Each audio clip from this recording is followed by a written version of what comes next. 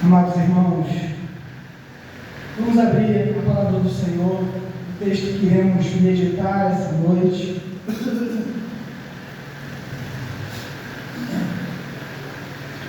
Vamos abrir a palavra do Senhor lá em Efésios, capítulo 4, a partir do verso 7. Efésios, capítulo 4, a partir do verso 7.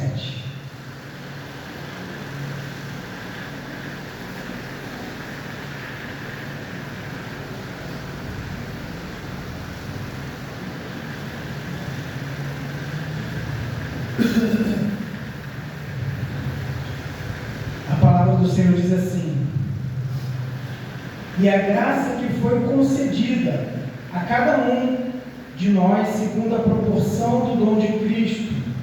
Por isso diz: quando ele subiu às alturas, levou cativo o cativeiro e concedeu dons aos homens.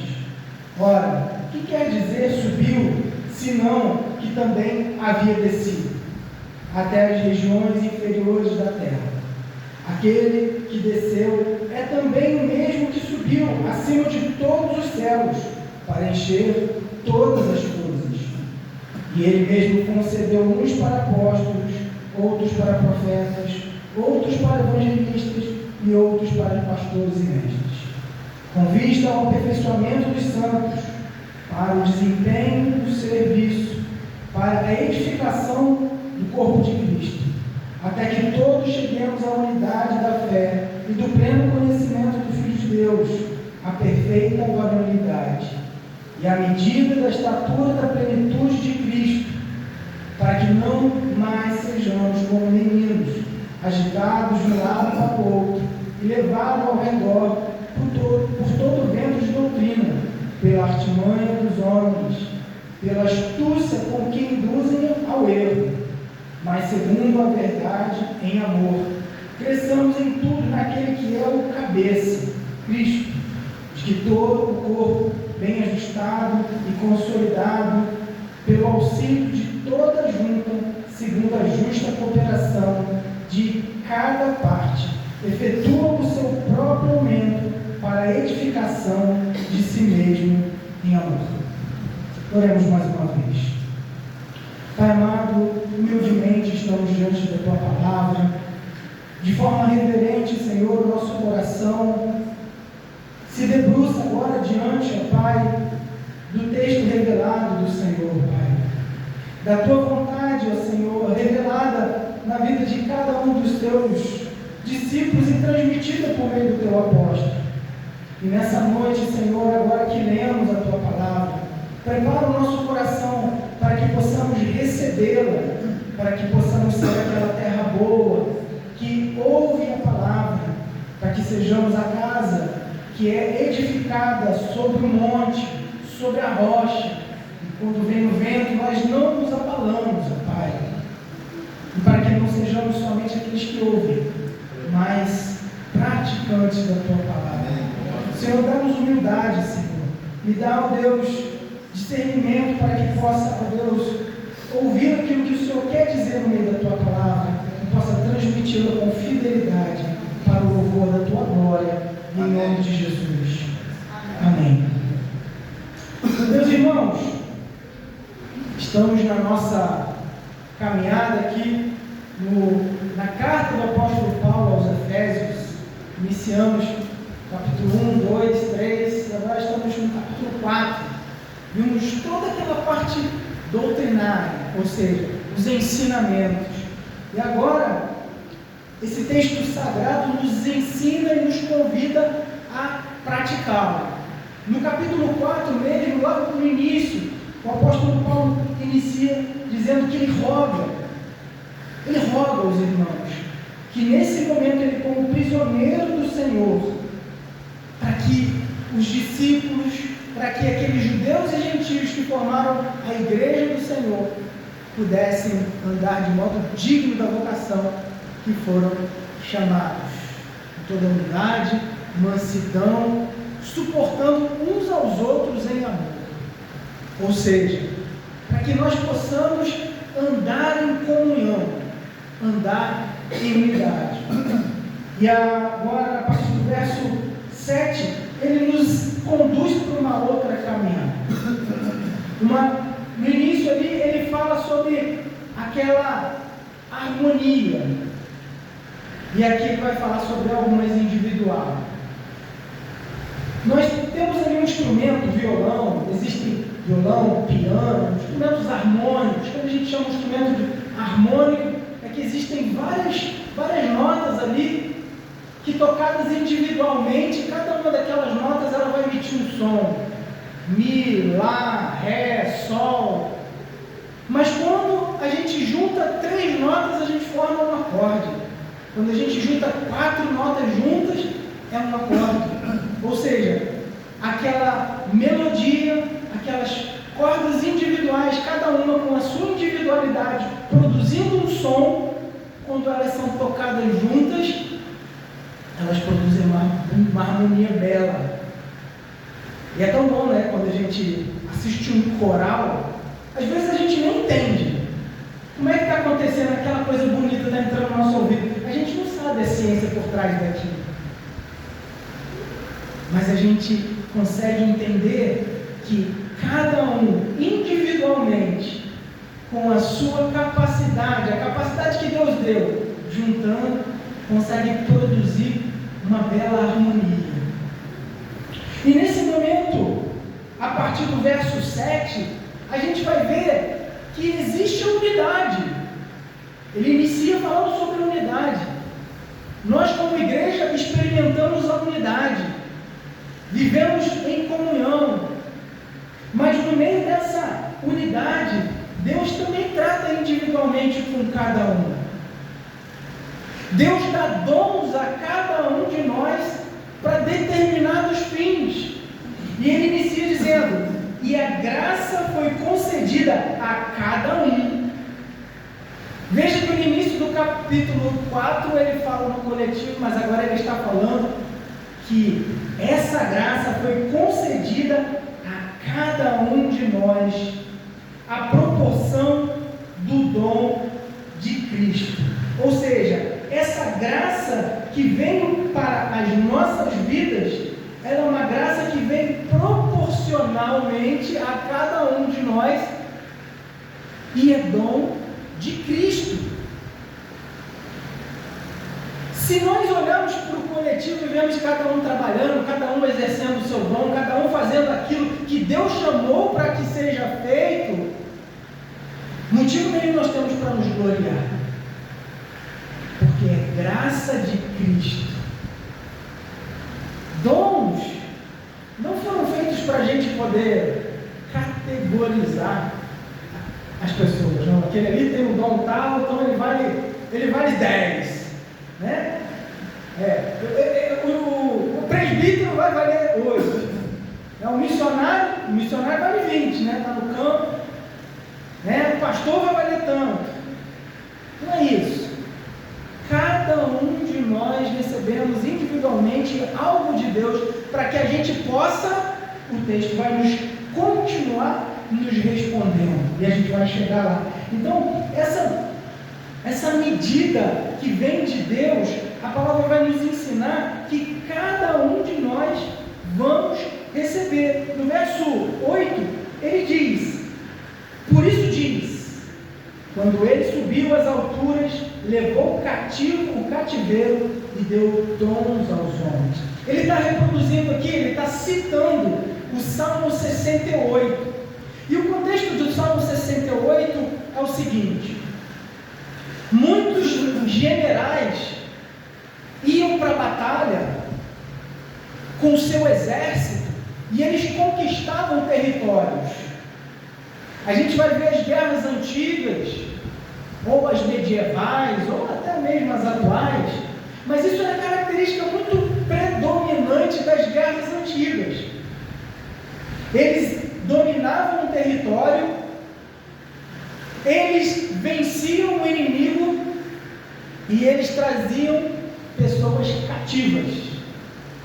E junto com essas pessoas cativas, eles traziam também os despojos. O que é o despojo? Os despojos. O que é isso? é o que eles conquistavam naquele lugar. Então tinha ouro aqui, tinha boi, tinha vaca, tinha bode, tinha galinha, tinha o que tivesse, eles tomavam aquilo como riqueza daquele povo e entrava aquele exército marchando, um general ali já prestes a receber as honras do rei. Muitas vezes o rei também estava presente e eles chegavam e iam distribuindo, às vezes, ouro, e esses despojos eles iam sendo entregues ao povo. E aqui a gente tem uma analogia com essa prática que havia no meio do exército. E ele diz que Cristo, ele subiu às alturas e levou o cativeiro e concedeu dons aos homens, porque ele está citando aqui o Salmo 68. Então, a vitória que Cristo teve foi a vitória contra a morte, foi a vitória contra o pecado, a vitória contra Satanás e a vitória contra a inimizade, que afastava eu e você de Deus. Aleluia! Isso é algo que para nós é um presente. Receber perdão dos nossos pecados é vitória de Cristo. E ele sobe às alturas, mas ele que leva cativo esse cativeiro. Ele que leva esses inimigos cativos. Ele também dá ao homem dons.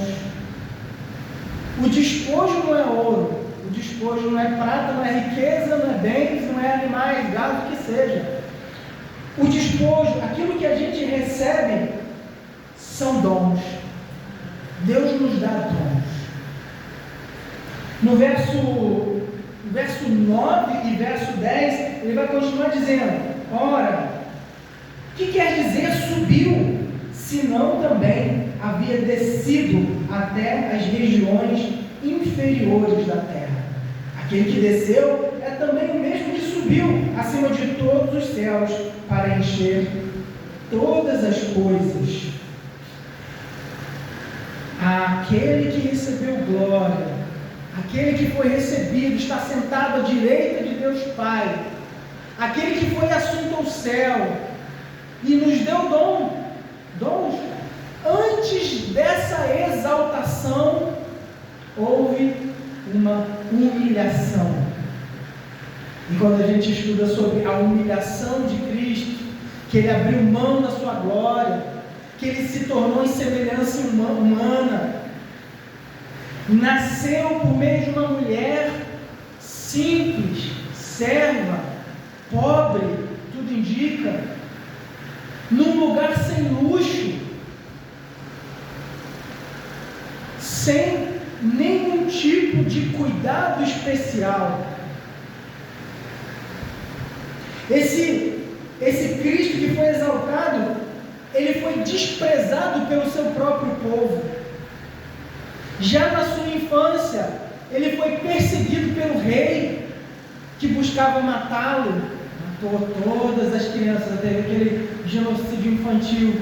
Cristo teve que fugir já desde criança. E o que a palavra diz lá em Isaías, diz que ele era homem de dores, que sabe o que é padecer. Viveu em pobreza.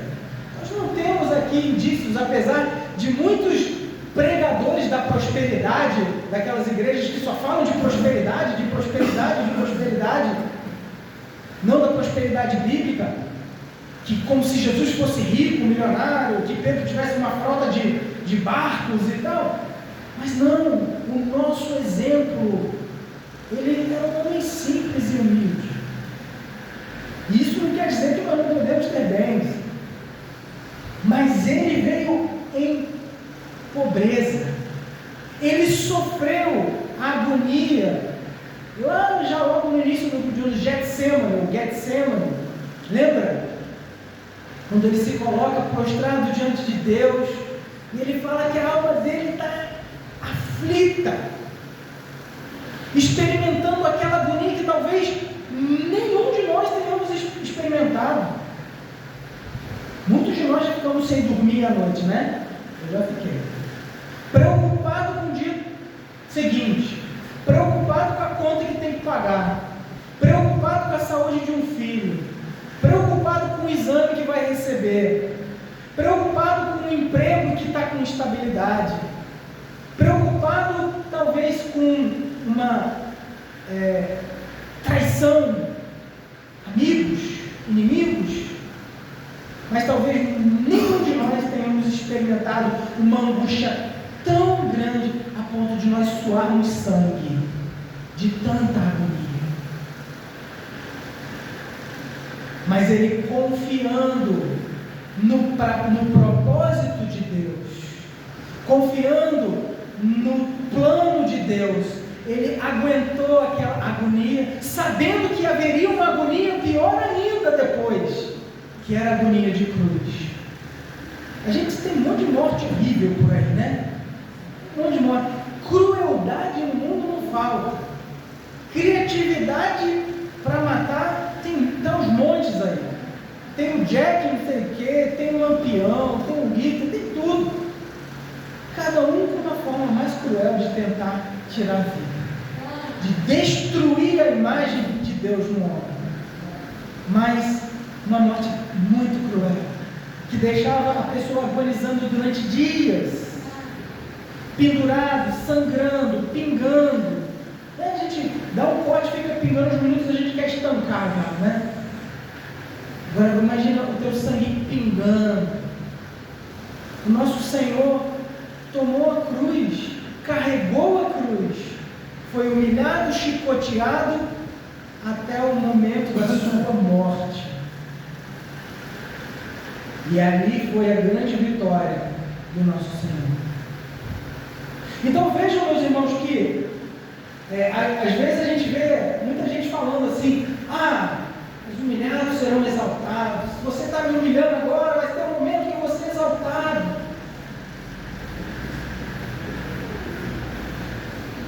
Certamente, humilhação parecida ou próxima com aquele que o nosso Senhor passou, muitos de nós não, talvez nunca passaremos.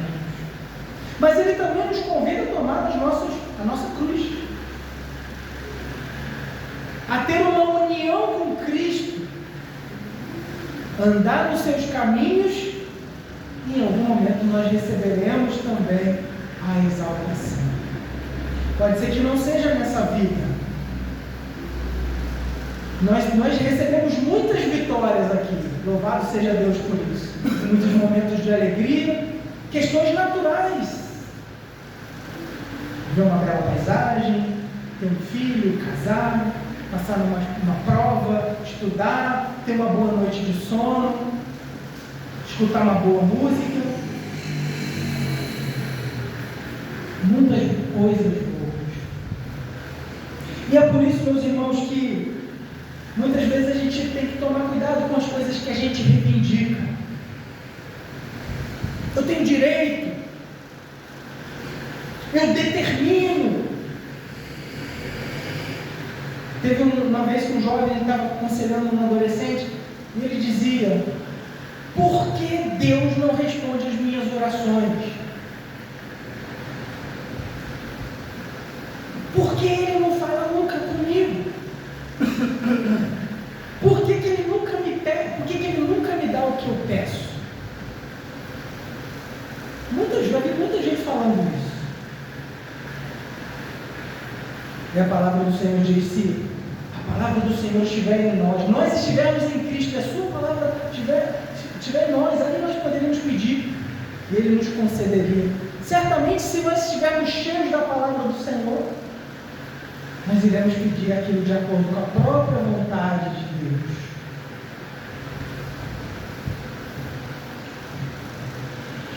Lá no verso 11, ele vai falar sobre esses dons que ele concedeu à igreja. Oficiais que Deus separou, falhos,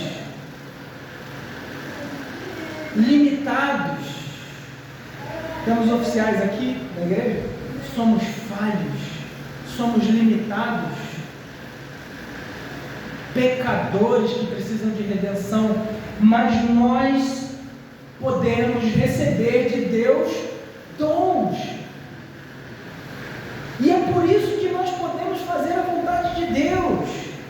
Porque pela nossa própria estratégia, capacidade, beleza, possibilidades, estratégia, inteligência, não é por isso. É porque Deus concede dons. E aí, mais uma vez, meu irmão, quero te lembrar que o dom que Deus nos dá não é para eu me gloriar, mas sim para eu me sentir mais humilde ainda, porque eu não tenho capacidade, e é Deus que me capacita. Olha, eu tenho um dom tal, né? Deus me usa dessa forma.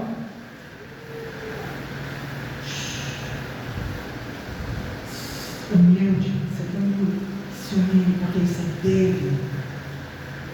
Porque se nós formos andarmos de acordo com aquilo que a gente entende, não são bons frutos. A própria palavra diz que nós que somos maus, mesmo nós sendo maus, sabemos dar boas coisas aos nossos filhos. Nós reconhecemos isso, mas também reconhecemos que essa graça está em nós. Reconhecemos que Deus comunicou atributos especiais à nossa vida. E é por isso que eu não tenho autoestima. Minha autoestima eu tenho autoestima. Estima em mim mesmo, mas eu tenho estima em Deus. Porque se eu estima, confiança, se eu não posso confiar em mim mesmo.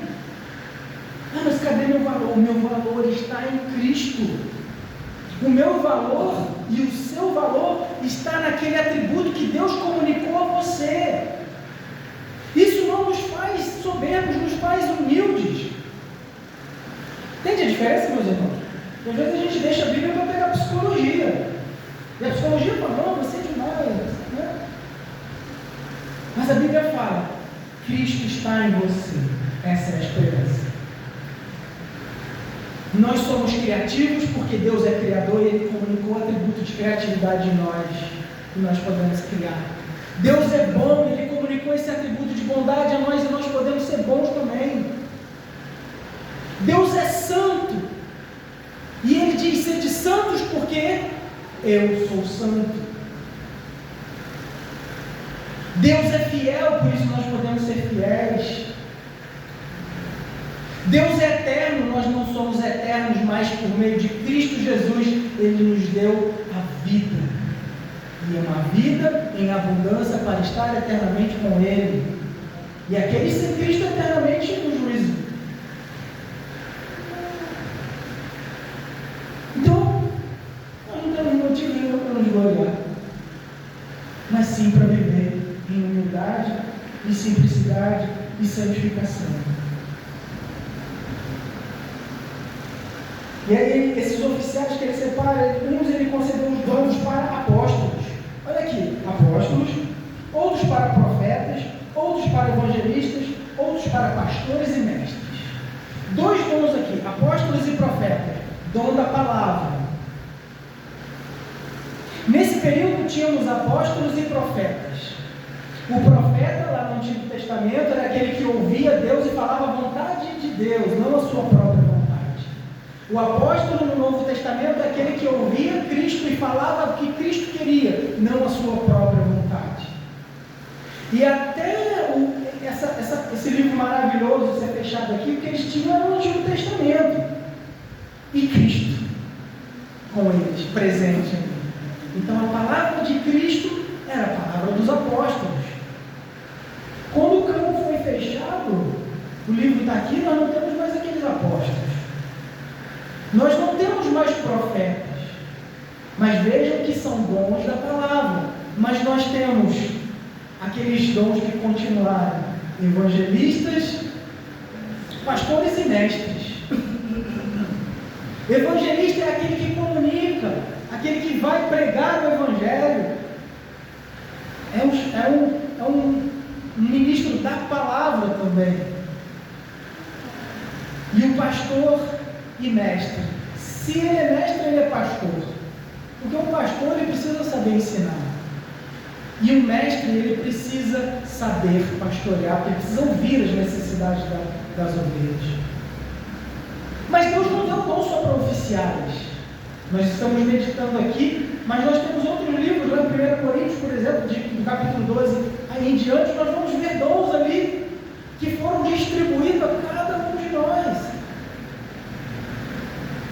E é muito interessante, eu já tenho conhecido um pouco de vocês, né? Um pouco de vocês aí, a gente está tendo boas oportunidades de fazer visita na casa dos irmãos, de ter momentos de comunhão, culto na casa do irmão, visitar alguém que está com alguma necessidade, tomar nosso café aqui, está aqui na escola dominical.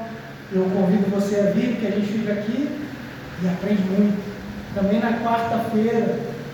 E estamos convivendo juntos, né? Como família mesmo. E eu já consigo ver cada um, ó, esse aqui, dom tal, esse aqui já tem um dom para isso. Aquele ali vai ajudar nisso, aquele é para aquilo ali. E os nossos pecados estão todos aí também junto com a gente. Mas cada um com o seu dom. E ele continua dizendo: qual é a finalidade? Qual é a finalidade desses dons? Com vista ao aperfeiçoamento dos santos, para o desempenho do serviço, para a edificação do corpo de Cristo. Quando nós recebemos o chamado de Cristo para pregar o Evangelho, ele fala lá em Mateus 28:18, ide, fazer discípulos de todas as nações, batizando em nome do Pai, do Filho, do Espírito Santo, ensinando a guardar todas as coisas que nos tem ordenado. Então a gente prega o Evangelho, discipula, batiza, e é aquilo que a gente faz? Todos nós cooperando para que haja crescimento mútuo. Eu cooperando na sua vida para que você cresça. Você cooperando na minha vida para que eu cresça. Com as nossas virtudes e os nossos pecados. Nossos pecados muitas vezes vão ter que nos ensinar a perdoar. Nossas virtudes vão nos ensinar a como ser como Cristo. Verso 13 ele diz: até que todos cheguemos à unidade da fé, no pleno conhecimento do Filho de Deus, na perfeita varonilidade, na medida e na estatura de Cristo. Então você percebe uma coisa: unidade não é todo mundo pensar a mesma coisa igual, todo mundo pensa igualzinho a mesma coisa. Eu gosto de comer uma coisa, não, todo mundo vai ter que comer agora porque a gente tem unidade aqui, eu sou pastor, todo mundo vai comer a mesma coisa, vou pezinho embora, minha esposa não gosta. Ah não, agora aqui comida é só vem chocolate, pega uma criança aí, não, agora a comida é fácil, todo mundo vai comer a mesma coisa. Todo mundo vai vir de amarelo, todo mundo vai vir de azul, de verde, de preto. Isso não é unidade. A unidade é o que ele está dizendo aqui: se tornar como Cristo, chegar à perfeita varonilidade, ou seja, ser como Jesus, à medida de Cristo. Não ser como o Fernando, não, você tem que ser como eu. Não ser como o Jadeir aqui, ó, todo mundo igualzinho a ele. Ele tem os dons dele. Lucas lá no sol, lá todo mundo sombra.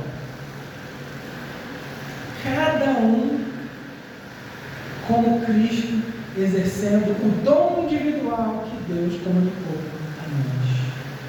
Mas a unidade, ela não é algo forçada. Percebamos que a unidade, ela é na verdade, ou seja, ela é em Cristo.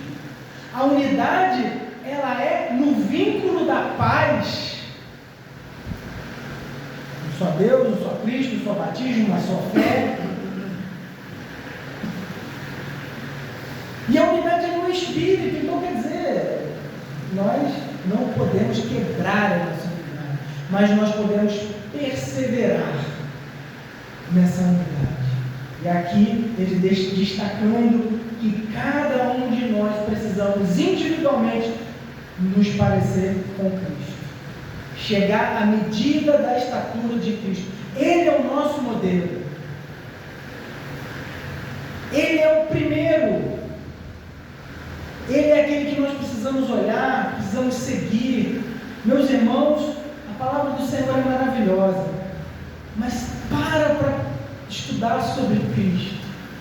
Para estudar como que ele respondia, como que ele amava, como que era a vida de piedade dele, como que ele era misericordioso, como que era o trabalho que ele fazia de assistência àqueles que necessitavam, as misericórdias, como que ele suportava as aflições.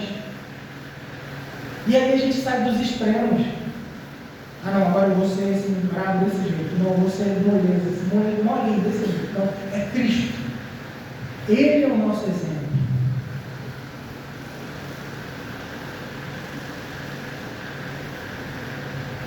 Então, esse é o termômetro.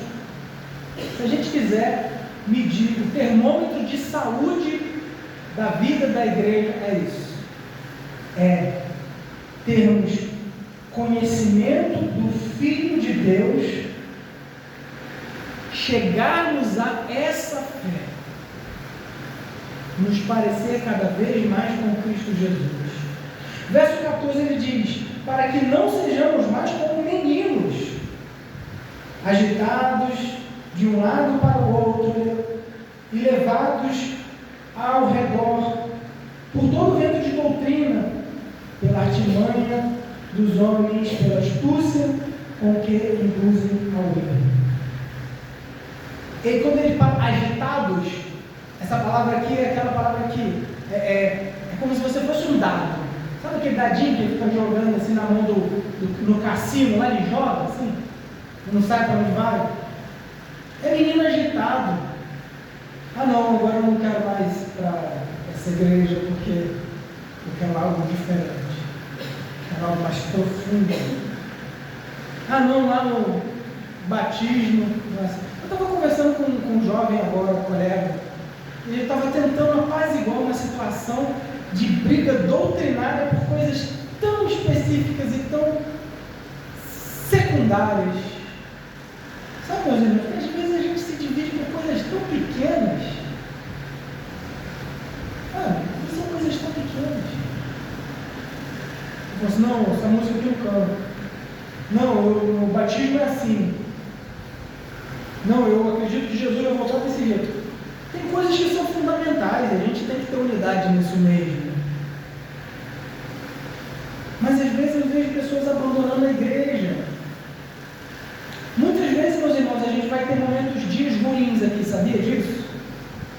Eu vou ter dias ruins, você vai ter dias ruins. Pode ser que você encontre com um irmão que está num dia ruim, você está num dia ruim também. E aí a gente precisa exercitar perdão. Ah, não quero mais saber desse pastor não, que aquele dia, ele nem falou comigo, nem deu bom dia. Não quero mais saber daquela irmã não, aquela irmã ali chamou a atenção do meu filho, não gostei. E é por isso que Deus nos dá caminhos. Se teu irmão pecou contra ti, vai até ti ele, conversa com o teu irmão. Porque o objetivo é a gente apaziguar. Bem-aventurados são os pacificadores, a palavra do Senhor nos diz. Então, esse vento de doutrina, ele contribui para a divisão do corpo de Cristo. E quem gosta muito disso é o Satanás, o diabo. O diabo é aquele que divide, né? Um dos sentidos do nome dele é aquele que divide, o diabo que divide, o que separa. Nos separa uns dos outros e nos separa de Deus, deseja nos separar de Deus. Verso 15 diz: mas seguindo a verdade em amor, cresçamos em tudo naquele que é o cabeça. Vejamos que a verdade, ela precisa vir com amor. Se a gente vem vê uma coisa errada, e a gente vem com uma faca, eu quero cortar isso aqui, a gente machuca. Se a gente vê uma infecção e a gente quer botar um band-aidzinho ali na infecção, não vai adiantar. Então, a verdade sem amor, ela vai ser farisaísmo. Você querendo mostrar que você sabe mais, mas se a verdade vem com amor, é necessário para que você ajude o seu irmão. Talvez a consertar um caminho errado que ele está andando. E quem ouve uma palavra com amor, em amor, ele acaba se sujeitando. Porque não há possibilidade de resistir ao amor de Cristo.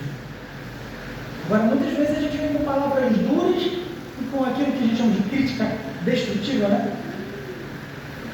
Mas, por mais que uma crítica, mesmo que seja sem amor, quem ouve pode ser até denunciado por ela, se tiver maturidade. Mas, para aqueles que querem crescer em Cristo, é preciso ter equilíbrio entre essas duas coisas. E agora, quando eu só vou com amor, né? Tá tudo ruim lá, não, cara, tu tá mentindo, não, mas vem cá, Jesus ama você, eu amo você, o teu coração é assim mesmo, você é um mentiroso, mas tudo bem.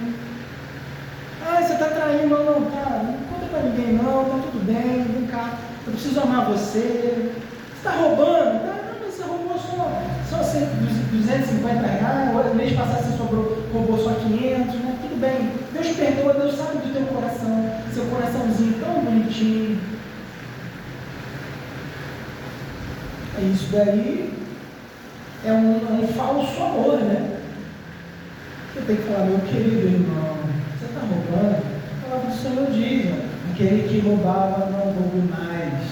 Antes, trabalhe. E com a sua própria mão ajude os necessitados. Aquele que mentia, não minta mais. Antes, fale a verdade. Você entende que não é só parar de mentir, mas é falar a verdade. Não é só parar de roubar, mas é trabalhar e assistir os necessitados. É o que a palavra nos ensina. Aqui no final do mundo.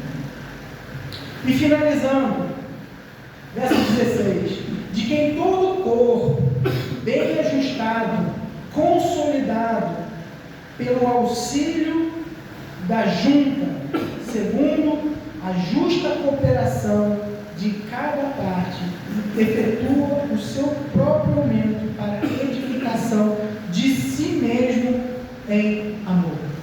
Ou seja, há um crescimento. Esse crescimento, meu pessoal, é um crescimento pessoal, mas eu preciso da ajuda de vocês. Eu preciso da ajuda do meu filho adolescente que é crítico. Está sempre lá. Pai, não você, mãe, pai, não você. Quem que conhece mais meus pecados que minha esposa? Quem que nos conhece tão bem a ponto dos nossos cônjuges? E muitas vezes eles falam as coisas e a gente resiste, né? A gente precisa ser humilde. Eu tenho que eu estou sempre certo, ela está sempre certo. Ou o seu cônjuge sempre está certo. Mas às vezes ele está enxergando alguma coisa que você precisa entender. E ele vai cooperar para que você cresça em Cristo. Não, mas não é que tem gente que não é casado. Mas tem pessoas ali próximas. Tem a palavra de Deus, tem o Espírito Santo. Em oração nós crescemos. Em comunhão com Deus nós crescemos. Mas é impossível, meus irmãos, nós crescermos sem a unidade do corpo de Cristo.